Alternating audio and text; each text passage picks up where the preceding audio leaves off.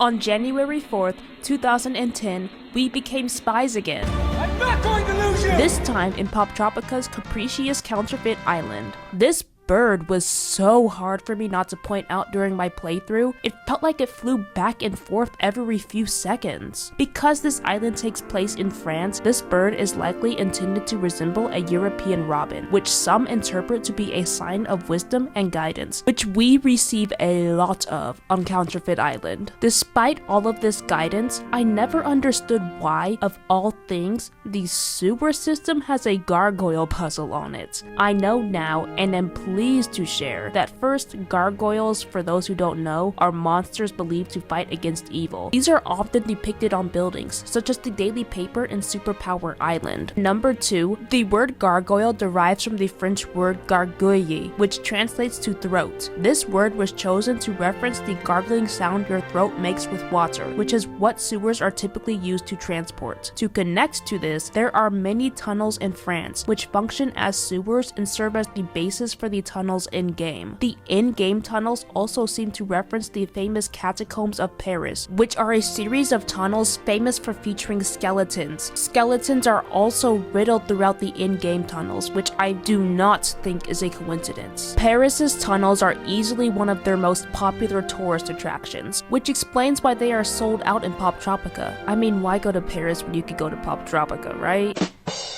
The popularity of the tunnels is partially attributed to Victor Hugo, the author of Les Miserables, a very famous book and musical. Victor Hugo was reportedly obsessed with these tunnels, and there is, of course, going to be more on Hugo later in the video. The French language cannot be ignored on this island. This one instance really sticks out to me because the sign in front of this house literally says, and I quote, "Inspector Black Widow."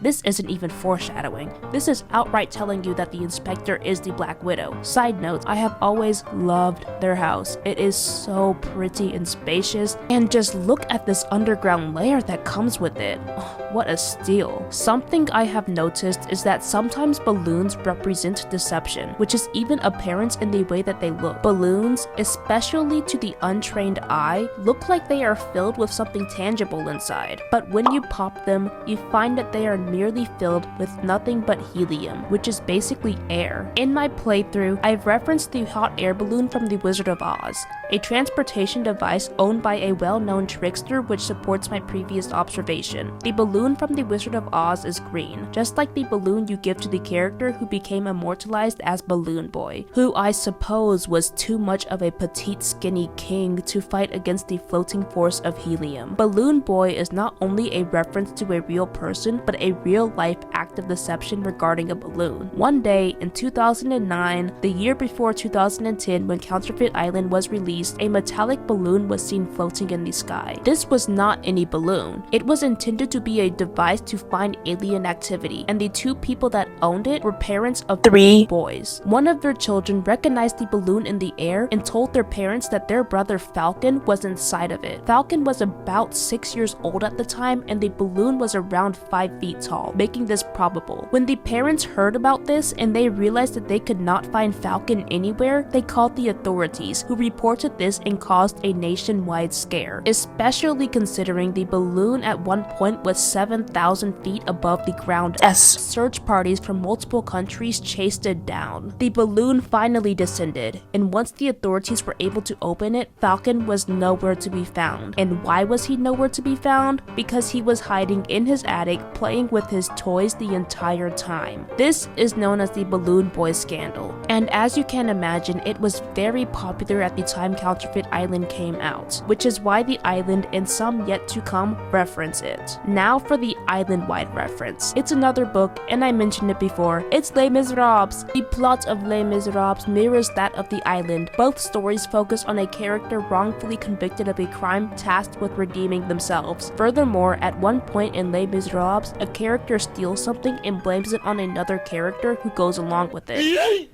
Sound familiar? The common room of this island is the Moldy Baguettes Inn, and a character named Thénardier in Les Miserables owns an inn and experiences unpaid debts, which lead to him losing financial stability. The name of the inn, which references a destroyed piece of food that was once perfectly good, may reference this because they both focus on the downfall of something that could have been avoided. There are also a lot of suitcases here, perfect for transporting art, I would say. Speaking of, there is so much art on this island, but not very many artists if you think about it. There are the mimes, of course. This lady in the jazz cafe might be a musical artist because she may play an instrument, but that's all, with the exception of this street artist with the fabulous hair and magical easel. What if I told you that this artist is based off of Bob Ross, who is an artist from a famous show called The Joy of Painting, which aired on PBS? I know that that's probably not surprising, but I am surprised that Poptropica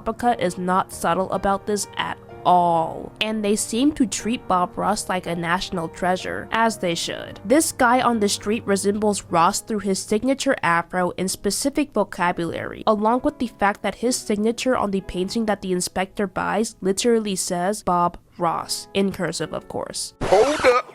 Wait a minute. Something ain't right. Did you catch that?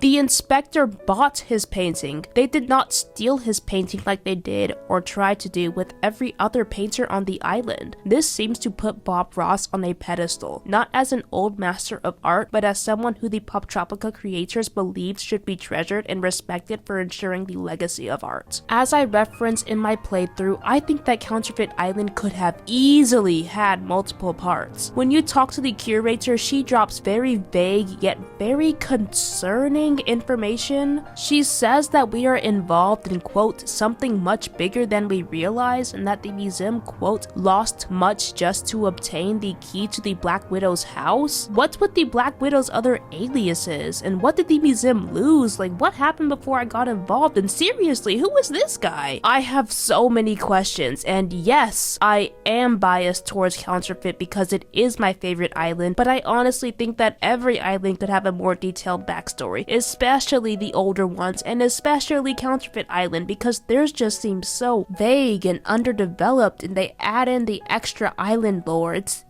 so much. There's so much that could be there. Speaking of, can we please talk about how the Museum Fantastique owns art that is actually stolen in real life? Yes, this painting called Storm on the Sea of Galilee, along with this one called Lady and Gentleman in Black, both painted by Rembrandt van Rijn. This painting is called Chez Tortoni by Edouard Manet, Landscape with an Obelisk, which was painted by Govert Flinck, not Rembrandt like Poptropica says, and the Concert by Johannes Vermeer were all stolen from the Isabella Stewart Gardner Museum back in March of 1990. The museum is named after an art collector named Isabella Stewart Gardner, who is actually that lady in the thumbnail yelling at the Black Widow. Art lovers who do not know about this, I am going to digitally hold your hand as I say this. Very few, if any, confirmed sightings of these paintings have been reported since they were stolen. Not even the FBI knows what happened to them. The Isabella Stewart Gardner Museum is offering up to $10,100,000 for any information that leads to the acquisition of these paintings in Poptropica or the other 8 pieces of art that were stolen in this heist. Do not call the FBI and tell them that they are in Poptropica. You could go to jail. If you do happen to see one of these paintings in France like one detective said, or Ireland like another detective said, or somewhere completely different, definitely snitch. I know I am not the only one who wants to see these paintings back in the museum. The Isabella Stewart Gardner Museum in real life markets these lost paintings in a very clever way. The thieves stole the paintings, but not the frames. Don't ask me or Bob Ross Tropica here why. They just did, exactly like the inspector. For this reason, the Isabella Stewart Gardner Museum keeps the empty frames of these missing paintings on display to remind and or educate visitors on the theft, along with the museum's seemingly eternal hope that the paintings will be reunited with their frames once again. In regard to marketing, this island seems like a bit of a marketing tactic itself. To complete the island, once you receive the package from the curator, you need to go to the map and travel to early Poptropica Island. This blew my mind. mind and millions of other people's minds. I enjoyed it so much as a child, but now that I am older, I recognize this as a very clever marketing strategy. You need to go to the Art Museum on early Poptropica Island, hence the only sponsored part of the island besides the ad scenes. Don't get me wrong, this is a perfect connection to make and very fun for the player, but it is also likely to pique their interest in talking to the artist, seeing the names of the paintings in the museum, clicking on those beautiful fact monster bubbles, and maybe even playing or replaying early Poptropica Island. After all, it's already been what, about 2 years since its release? Okay, now I have a question for you all. Aren't mimes just monochrome clowns? It's like Technicolor movies with sound versus silent films filmed in black and white without sound. They are both still movies, just different variants. Likewise, mimes and clowns both use visual effects and stunts to entertain people while wearing silly outfits, but have different ways of doing so. Anyway, I think that the Poptropica creators agree with me, because when you talk to Bobo, who is hiding on the roof of his clown store, he says that he is hiding because, quote, mimes give him the creeps. And why else would he have said that if his dialogue was not supposed to be an instance of situational irony because mimes are clowns? Some people ruin relationships by overthinking. I create low-budget Poptropica Island analyses by overthinking. I am serious about the clowns and mimes thing. I am willing to engage in some friendly debate or validation in the comments if you wish to discuss this further, but I think we all agree that Counterfeit Island could have a bigger backstory if not multiple parts. The closest official thing we have to this is the fact that Counterfeit Island was supposed to have a completely different storyline. Poptropica has unused files present in the game which contain a mall with a pet store, bakery, and Bobo's clown store inside. The gargantuan genius behind IDK's Poptropica videos found a way to play this alternate plotline, which I am using as B-roll here, and I found this video on this awesome website called the Cutting Room Floor. I am not being sponsored by these people, I'm just glazing, okay? It appears that the man with the scar on his face was supposed to be identified by this French chef instead of the mimes, and you were also supposed to acquire the key to the cottage from the chef, and the cottage would have actually belonged to the chef and his brother, not the Black Widow. Which storyline would you have preferred?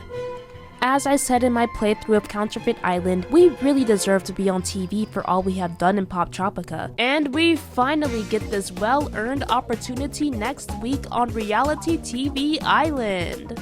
Thanks for watching!